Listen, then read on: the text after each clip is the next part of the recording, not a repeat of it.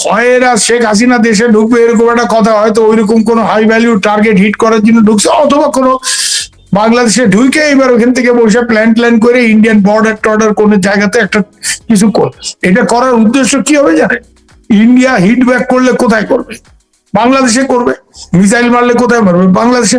অর্থাৎ ইন্ডিয়া বাংলাদেশের ঝামেলা হবে, আর ওইখানে জনাবরা বসে ইসলামাবাদে বা ওদের যে রাওয়ালপিন্ডি মিলিটারি হেডকোয়ার্টারে ওরা তখন লাল জল দিয়ে চিয়ার্স করবে, আরে ভাই বহুত মজা আ গিয়া, দোনো বহুত দোস্তি থা, আবি লড়াই কর রা হ্যায়, মানে এখন যুদ্ধ করতেছে। তো প্রশ্ন হচ্ছে this is the Pakistani plan.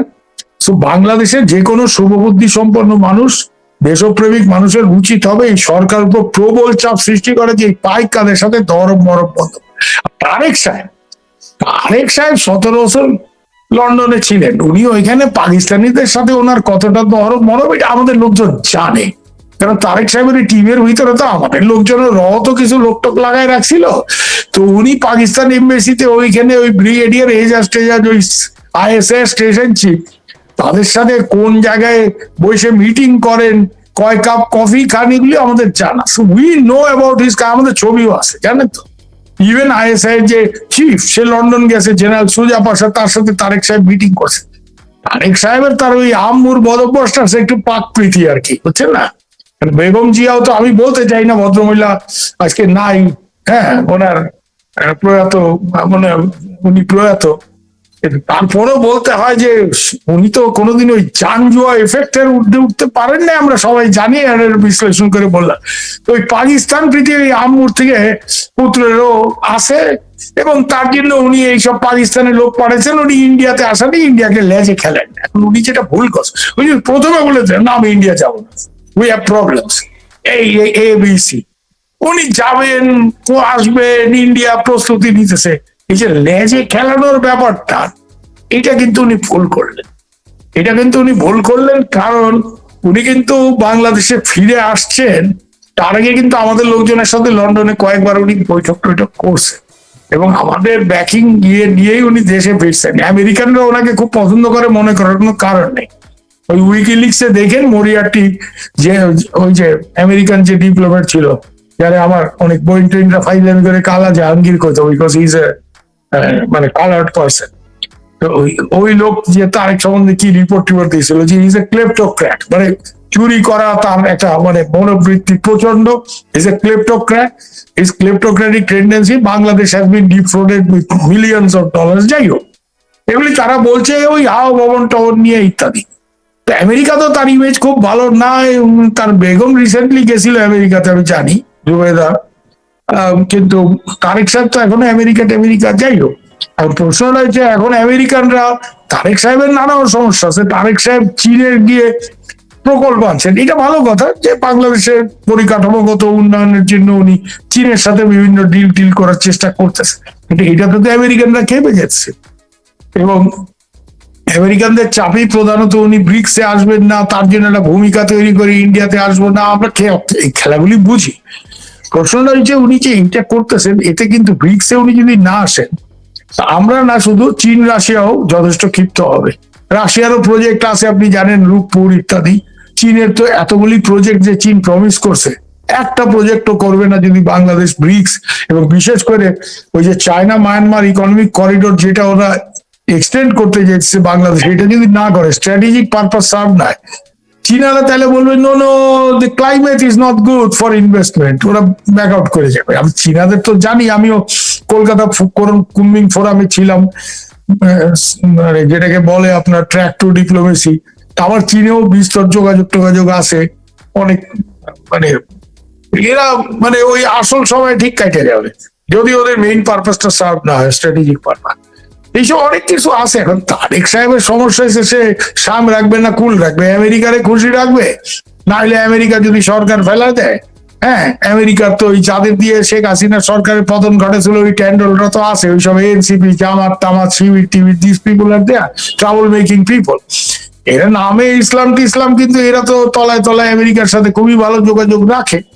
হ্যাঁ, আমেরিকা ইরানকে মাইরা শেষ করে দিয়েছে, একটা ইসলামিক কান্ট্রি, কিন্তু তারপর এদের তো আমেরিকার সাথে পিরিতের কোনো শেষ নেই। এই যে ব্যারিস্টার আব্দুল রাজ্জাক আমেরিকাতে কত লবিং টবিং, আমরা এগুলি সব জানি ভাই, এভরিথিং ইজ নোন। এমন না যে কেউ কিছু জানে না, সবই সব জানে।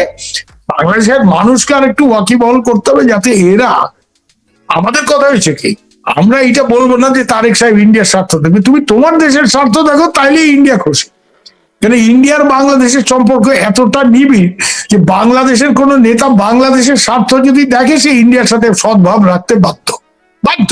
কুছ নেই, এটা আমি মানে অনেকের কাছে শুনছি, আমাদের এই অজিত ডোভালি বলছে যে बांग्लादेश का कोई लीडर जो बांग्लादेश का हित सोचता है उतना करेगा तो हम लोग खुश है, क्यों, वो हमारे साथ अच्छा रिश्ता रखेगा, ऑटोमेटिकली রাখবে।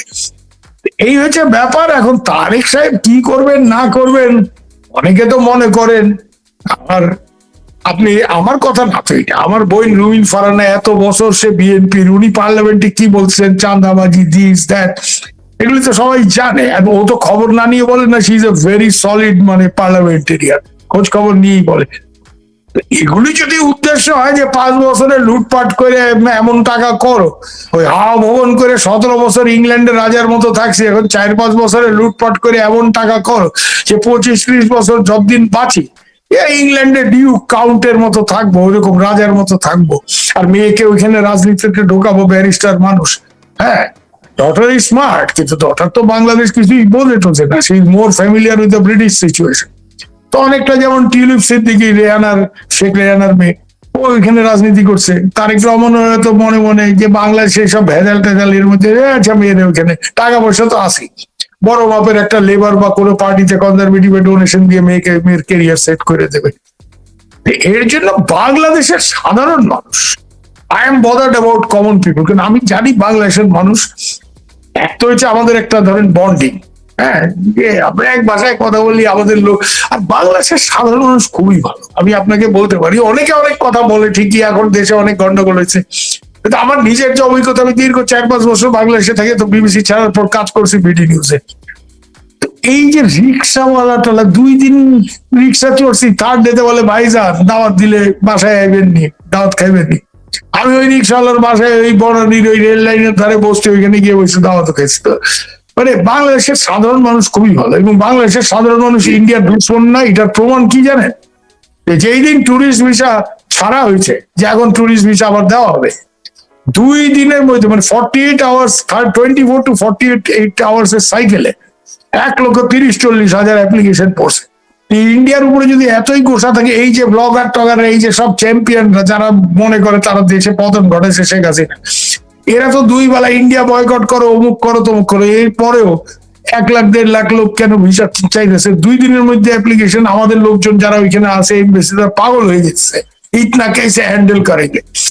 একটা ভাই নর্মাল একটা ইন্ডিয়ান মিশনে অন্য কোন দেশে 20টা-25টা অ্যাপ্লিকেশন দিনে পড়লে অনেক বড় ব্যাপার, 1.5 লাখ, আরে ভাই ইতনা কেসে হ্যান্ডেল করেঙ্গে, পাগল হয়ে যেতেছে। তো যাই হোক, তো সাধারণ মানুষ বাংলাদেশের মোটেই অ্যান্টি ইন্ডিয়ান না, এটাই হচ্ছে তার প্রমাণ। যে কোনো কারণে হোক, তার স্বার্থের কারণেই হোক, অ্যাটিটিউডের কারণেই হোক, এই কিছু লোক এই গন্ডগোলটা করে। এই সাধারণ মানুষকে সোচ্চার হইতে হবে, এবং সরকার এবং এই সব এলিমেন্টদের বিরুদ্ধে একেবারে রুইখে দাঁড়াইতে হবে, যে না এইসব ফাইজলামি করা চলবে না। এই যে এনসিবির ট্যান্ডল, এই যে আসিফ মোহাম্মদ সজীব, তার 6,000-7,000 কোটি টাকার পায়, তো সে তো গিয়ে সিঙ্গাপুরে চিকিৎসা করাতে পারে। তার বাড়ির পিছনে যে লোকটা কামলার কাজ করে, এই মিয়া যদি অসুস্থ হয় এবং বাংলাদেশের চিকিৎসা সঠিক না, সে আসবে কোথায়? তার কলকাতা ছাড়া আসার কোনো পথ আছে? এই জায়গাতে একটা ক্লিয়ার মানে দফা হইতে হবে, দফা রফা একটা হইতে হবে, এবং এই দফা রফার জন্য আমার মনে হয় বাংলাদেশের মানুষ প্রস্তুত হওয়া উচিত। ভারতের সামনে সমস্যা যেটা, সেটা হচ্ছে যে তারেক সাহেব যেটা করলেন, এটাতে ভারত যদি রুষ্ট হয়, হয়েছে, ডেফিনেটলি হয়েছে, তো হওয়ার পরে ভারত যে পদক্ষেপগুলি নেবে, এগুলি তারেক সাহেবের তো কিছু হবে না, এটা বাংলাদেশের সাধারণ মানুষের ওপরে বর্তাবে গিয়ে, তাই না? ভারত যদি আজকে রুষ্ট হয়ে বিদ্যুৎ পাঠানো বন্ধ করে, ডিজেল পাঠানো বন্ধ করে, তারেক সাহেবের কি হবে? কি তারেক সাহেবের যারা মন্ত্রী বাহাদুররা আছেন, এক একজন, কেউ ইউএস সিটিজেন, কেউ ইউকে সিটিজেন, এদের কিছু আসে যাবে? এরা তো রাজার হালে আছে, এরা রাজার মতো থাকবে। তো ভারতের কাছে এইটাই ডিলেমা। আমি এইটা জানি যে ইন্ডিয়ান পলিসির ক্ষেত্রে সবসময় এইটা কিন্তু একটা ফ্যাক্টর, যে people to people relation affected হবে কিনা ইত্যাদি। অনেক সময় ভারত কঠোর সিদ্ধান্ত নিছে, যেমন ধরেন ইউনূস সাহেবের সময় যখন ভারতের মিশনগুলি আক্রান্ত হইলো, হ্যাঁ, চিটাগাং তখন ভিসা দেওয়া বন্ধ করলো। কিন্তু এটা জানে ভারত যে এটাতে করে সাধারণ লোকজন তো এরা তো সব চিকিৎসার জন্য মাউন্ট এলিজাবেথ হসপিটাল, সিঙ্গাপুর কে আমেরিকা, ইংল্যান্ড যাবে। বাংলাদেশের সাধারণ মানুষই সাত চুমিয়ে মাছ চুমিয়ে এরা যাবে কোথায়? এদের কাছে তো ইন্ডিয়া ছাড়া কোনো পথ নাই। কিছু দরবার হইলে বাংলাদেশের ডাক্তার ঠিক মতো না কিছু সমাধান করতে পারলে চলো মিয়া ক্যালকাটায় যাই, এদের কাছে তো আর কোনো অপশন নাই। তো ভিসা বন্ধ করলে এরা ক্ষতিগ্রস্ত।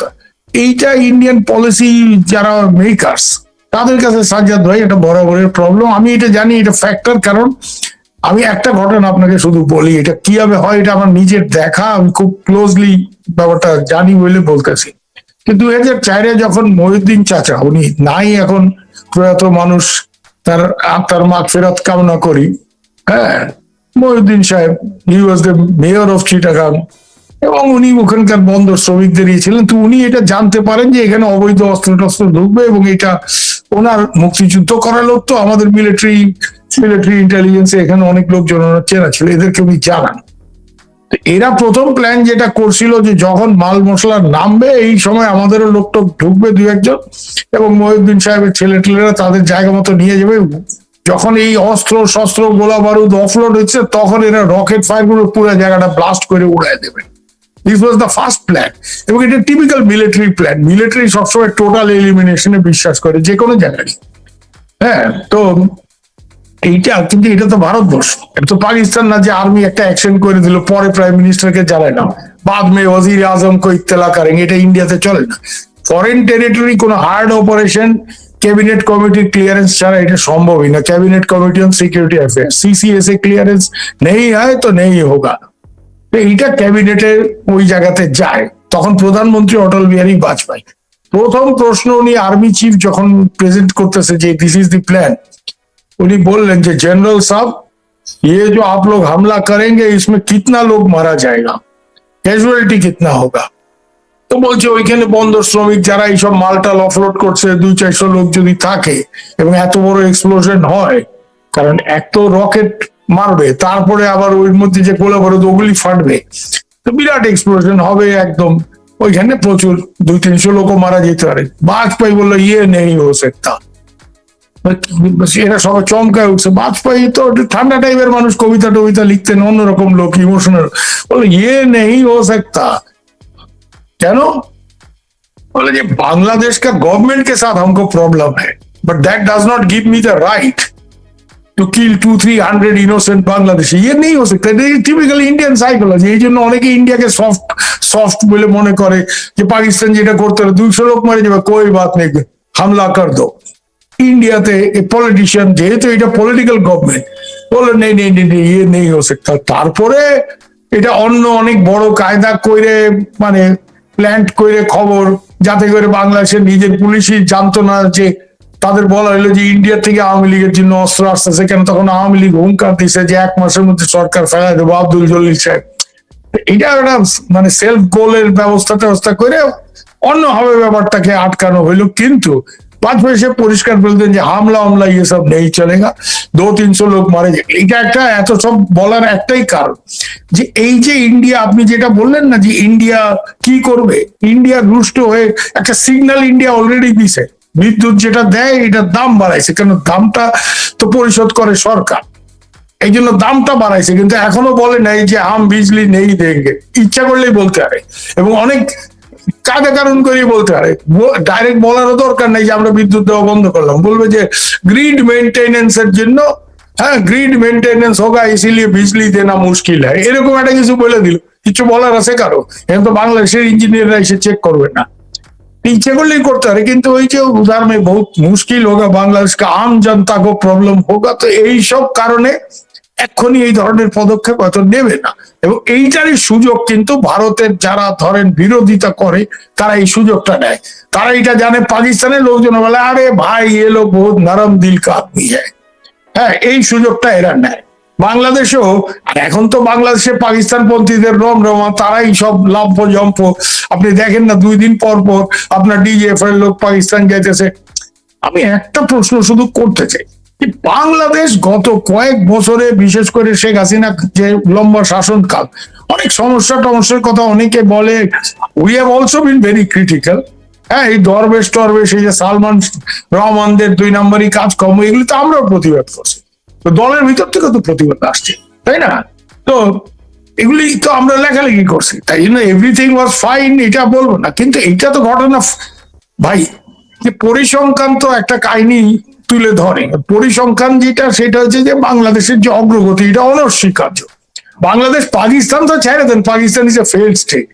হ্যাঁ, পাকিস্তানে আমার পাকিস্তানি বহিনও আছে, আমার বিবিসি তে করতো, এলিয়া টেলিয়া, এদেরকে ফোন করলে বলে আরে ভাইজান বহুত বুরা হাল হ্যায়, ঈদ কা দিন ভি গোস্ত নসিব নেই, কারণ ঈদের দিনও গোস্ত কেন, যে গোস্ত 4,000 रुपए किलो। আমি বলছি क्या बात कर रहे हो, আর ইউ সিরিয়াস?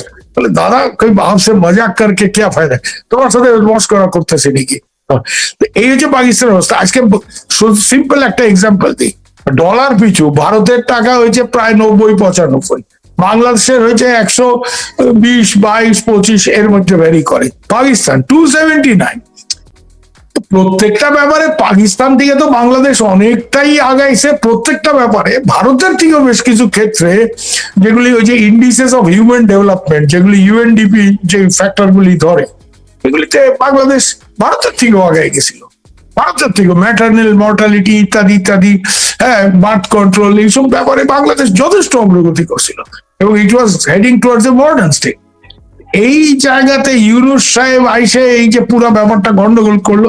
এখন পাকিস্তান, ওয়াই শুড, মানে বাঙালি মানুষ দেশ স্বাধীন করছে, দেশের স্বাধীনতার 50 বছর পরে বাংলাদেশের মানুষ একটা জায়গাতে দেশটাকে নিয়ে গেছে, যেটাকে, যার ফলে Bangladesh is the next Asian tiger. এটা তো আমার কথা না, বড় বড় ইকোনমিস্টরা বলা শুরু করছে, জেফরি স্যাক্স এর মতো লোক, is a big American economist, Bangladesh is the next Asian tiger.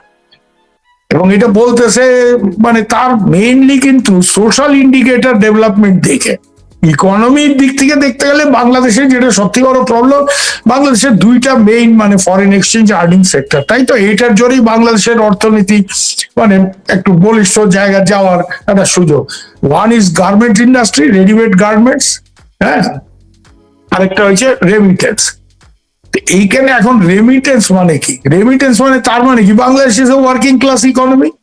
হ্যাঁ, রেমিটেন্স যারা পাঠায় খুব উচ্চ শিক্ষিত, কয়টা লোক ভাই বিদেশ থেকে রেমিটেন্স পাঠায়, যারা উচ্চ শিক্ষিত বাংলাদেশি বিদেশে যায়, আমার অভিজ্ঞতা আছে তারা ওইখানে সেটেল করার ধান্দা করে।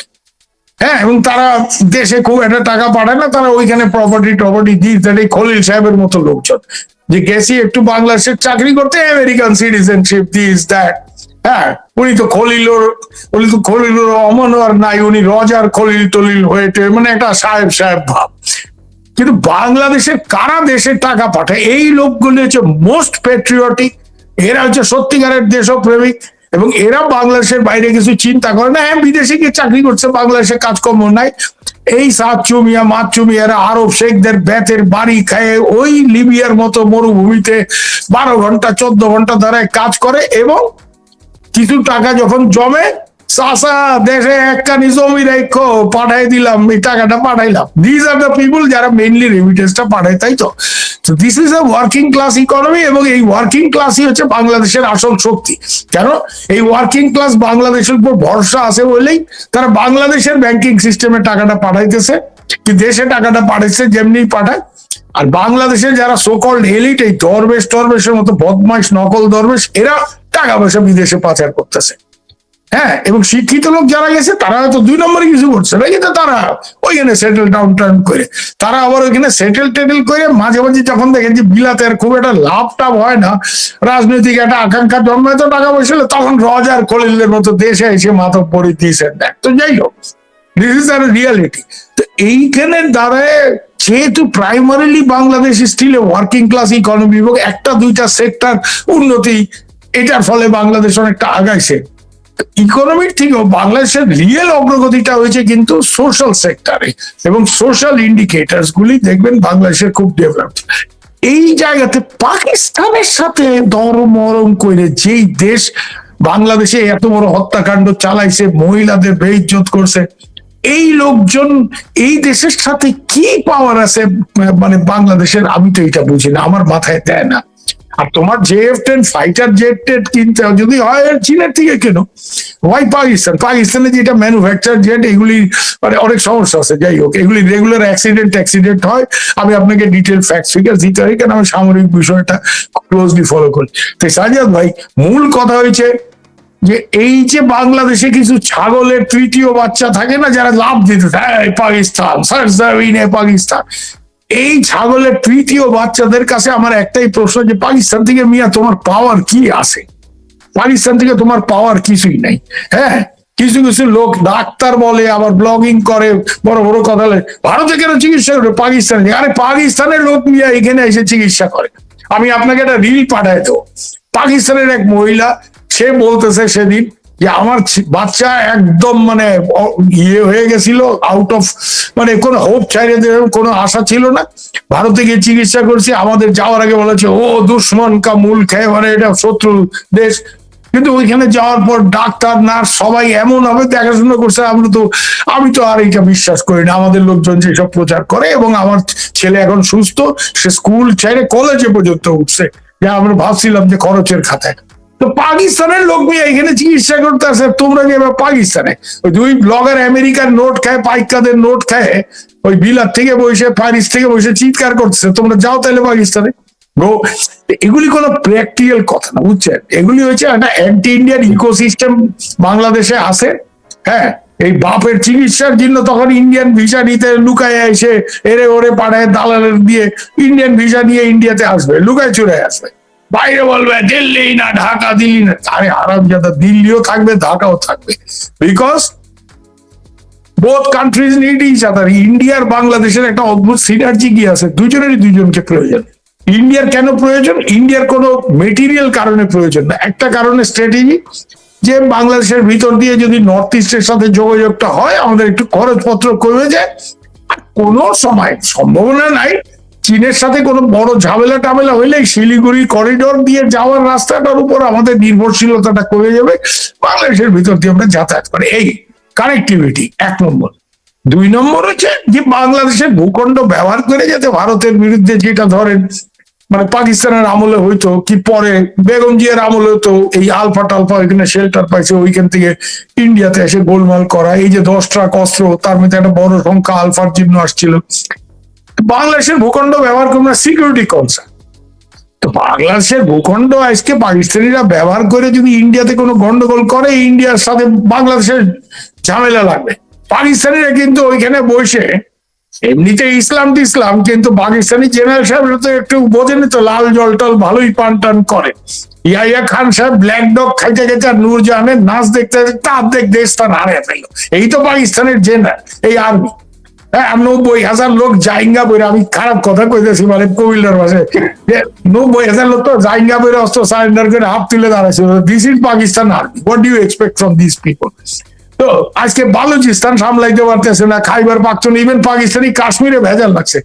ইন্ডিয়া দেখেন কাশ্মীর কি সুন্দর করে, কেন ইন্ডিয়ান্স আলটিমেটলি মিলিটারি সলিউশন তো বিশ্বাস করে ইন্ডিয়ানদের হচ্ছে, আরে ইয়ার টেবিল পে বৈঠো বাত করতে হ্যাঁ, বাত করে কথাবার্তা হইলে আচ্ছা তোমার এইটা দিলাম ওইটা দিলাম এইসব। তো যাই হোক, এই জায়গাতে এই ছাগলের যেসব তৃতীয় সন্তান যারা বাংলাদেশে একটু লম্ফ জম্প দিতেছে, কেন 2টা বাচ্চা ছাগলের দুধ খায়, থার্ড বাচ্চাটা তিরিং তিরিং করে, এরা হচ্ছে ছাগলের থার্ড বাচ্চা। আমরা ইসলামিক ন্যাটো মানে তুর্কি, সৌদি আরব, পাকিস্তান। তো পাকিস্তানের সোলজার ওইখানে যাইতো, এখন পাকিস্তানের সোলজার, পাকিস্তানের দেশের ভিতরে এত গন্ডগোল, পাকিস্তান আর্মি সোলজার, এর জন্য এই বলির পাঠা হয়েছে বাংলাদেশি। ওইখানে দেখবেন বাংলাদেশের সোলজার টোলজার যাবে, যুদ্ধ ফুদ্ধ মারামারি যেটা হবে, ইসরায়েলের সাথে গন্ডগোল হইলো, ইসরায়েল পড়লো, মারা যাবে কে? এই আমাদের এইসব এই ক্যাপ্টেন মেজর আপনার এইসব যারা ক্যাডেট কলেজ থেকে পাশ করে সেনাবাহিনীতে, তো they are not very fond of Bengali Muslims, কিন্তু তারা নিয়ে টিয়ে যাবে যে ওদের এইসব লোক দরকার, ওরা নিজেরা মরতে চায় না। দে আর অ্যাডভান্সড কান্ট্রি, টাকা পয়সা আছে, ওরা আরব শেখ টিম মনে করেন গিয়ে যুদ্ধ করবে, কোনোদিন করবে না ইসরায়েলের সাথে, ওর ফরেন আর্মি লাগে। তো পাকিস্তানকে নিয়ে যেতে হবে, পাকিস্তান নিজের দেশে, আপনার মনে আছে তো পাকিস্তানের আর্মি চিফ রাহিল শরীফ, সে গিয়ে সৌদিতে আর্মির দায়িত্ব নিল। এই কাজটা তারা বাংলাদেশকে দিয়ে, যদিও তাদের বাঙালিদের উপর খুব একটা তাদের ভরসা নাই, কিন্তু যাই হোক উপায় নাই না, বাংলাদেশ কি গেইন করবে? জিরো। এই জন্য এই যে যারা লাফাইতেছে এদের একটু অ্যাসেস করতে হবে যে এই যে পাকিস্তান পাকিস্তান করে আমরা লাফাইছি, what are we going to, Bangladesh কি পাবে, এইটা নিয়ে বিশ্লেষণ হওয়া দরকার, ন্যাশনাল লেভেলে ডিবেট হওয়া দরকার এবং শক্ত হবে। এখানে আপনাদের একটা ভূমিকা আছে, যে প্রশ্নটা তোলেন মানুষের সামনে, যে what are we going to get, ইন্ডিয়ার সাথে ভেজাল করে পাইকাদের সাথে জাম দিয়ে আমি কি পাইতেছি।